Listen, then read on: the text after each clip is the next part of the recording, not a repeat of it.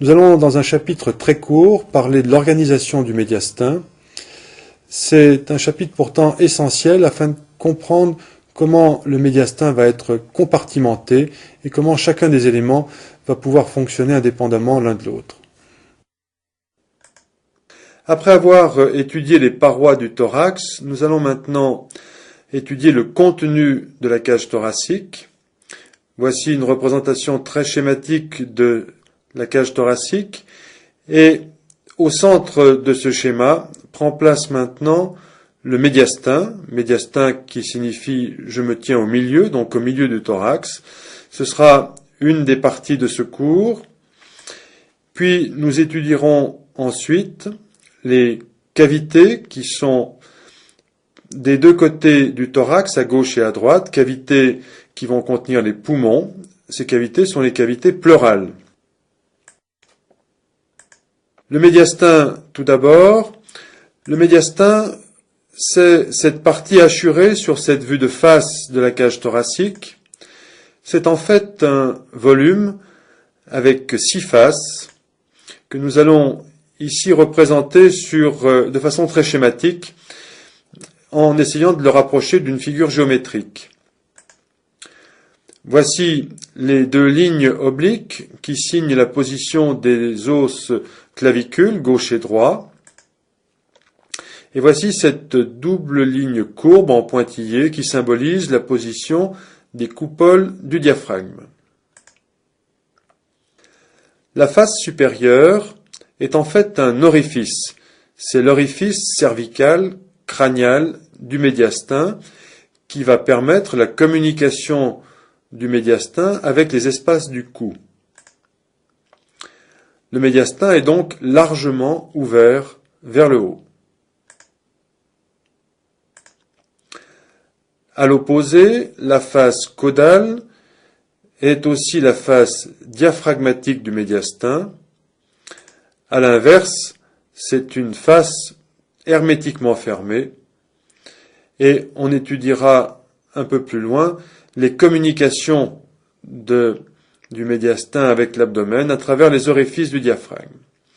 De chaque côté, il y a deux faces latérales, gauche et droite, qui vont faire communiquer le médiastin avec les deux poumons gauche et droit. Vient ensuite une face dorsale, dite encore vertébrale, puisqu'elle sera limitée par la face antérieure des vertèbres. C'est une face très allongée, qui est ici hachurée et qui apparaît à l'arrière-plan. Enfin, la face ventrale du médiastin, qui est aussi la face sternale, celle qui sera donc directement sous les structures osseuses et cartilagineuses de la cage thoracique. Le médiastin doit être divisé en plusieurs sous-régions, car dans la prise en charge des pathologies tumorales ou infectieuses du médiastin, le fait de pouvoir situer de façon précise le processus pathologique aide considérablement dans la démarche diagnostique. Voici une coupe anatomique passant par le plan sagittal médian qui permet de repérer la position du rachis sur la gauche et sur la droite les trois os qui constituent le sternum. Et au centre, on découvre les espaces du médiastin. Ces espaces sont ici schématisés avec une orientation de coupe tout à fait identique. On retrouve donc la face supérieure du médiastin, qui est en fait l'orifice supérieur du thorax, qui permet la communication du médiastin avec les espaces du cou.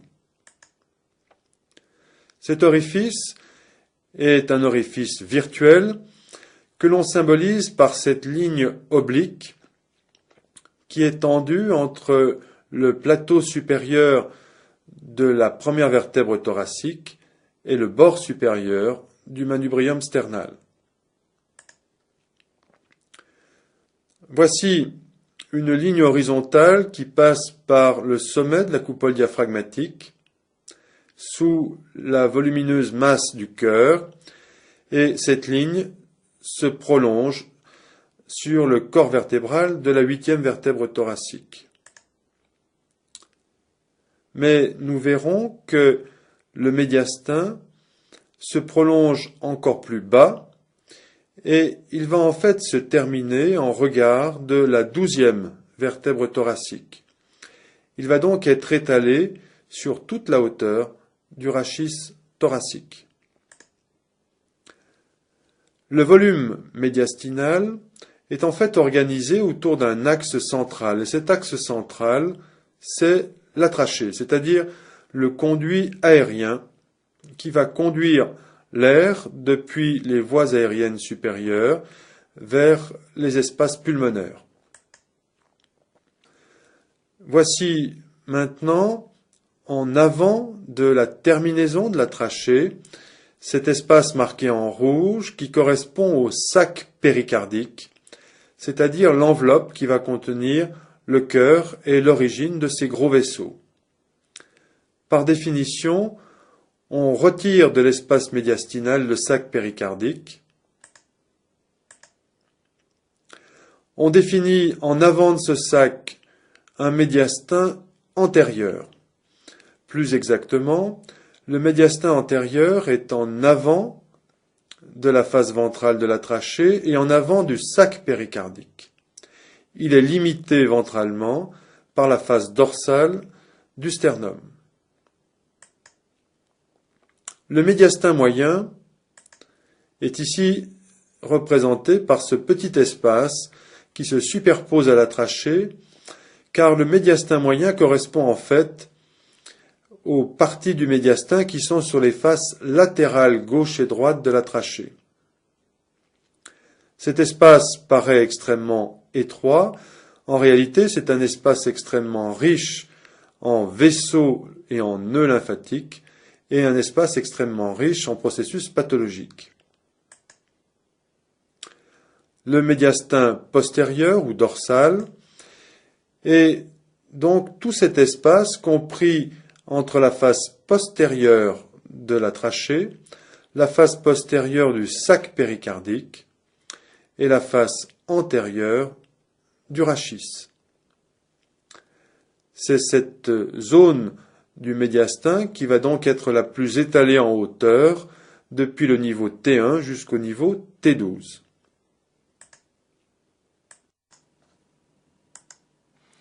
Cette diapositive va insister sur la systématisation du médiastin, et tout particulièrement sur la systématisation du médiastin dans le carré rouge qui apparaît ici sur cette coupe sagittale passant par le plan médian. C'est-à-dire que nous allons décrire l'organisation, la systématisation du médiastin, essentiellement dans sa partie crâniale, supérieure. La première structure que nous allons mettre en place sera la structure la plus postérieure, la plus dorsale. C'est ici l'œsophage thoracique qui sera directement appliqué sur les corps vertébraux.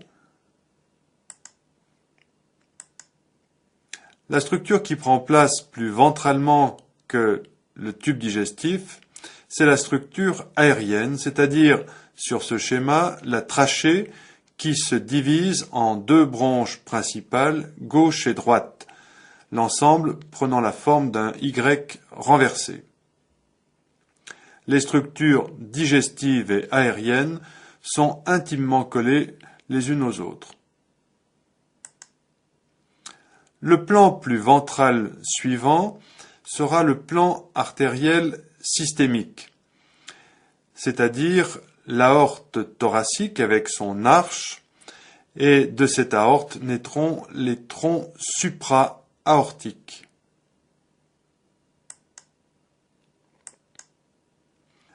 Dans le même plan, mais un peu plus caudalement, prendra place le système artériel pulmonaire.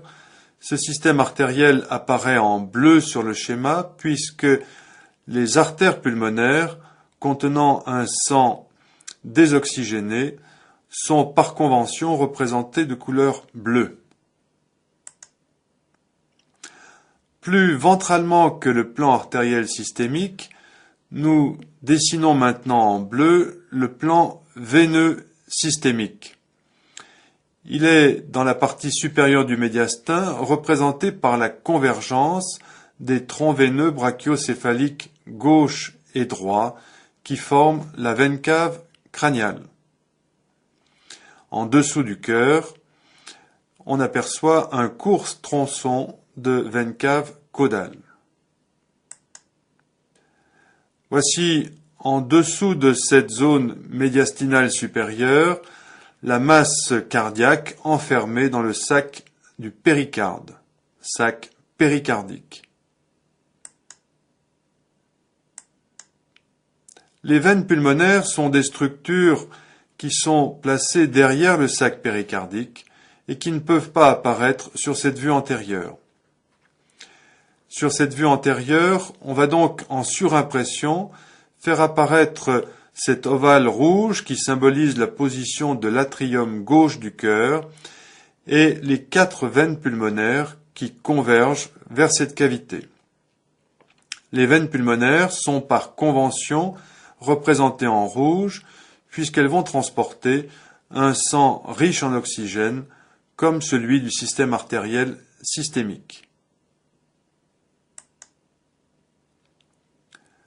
Encore une fois, cette diapositive veut insister surtout sur la distribution, sur la systématisation des structures à la partie supérieure du médiastin. Et il faut donc retenir que dans cet espace médiastinal supérieur, les plans se succèdent de l'arrière vers l'avant, depuis l'œsophage, puis trachée et bronche, puis plan artériel systémique, jusqu'au plan le plus ventral, qui est le plan veineux systémique.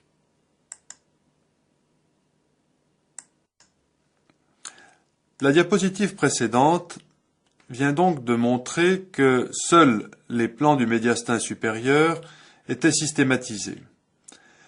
Sur la dernière image de la diapositive précédente, vous avez dû remarquer que en haut du médiastin, l'œsophage était l'élément le plus dorsal parmi toutes les structures médiastinales, bien plus dorsal que l'appareil artériel systémique.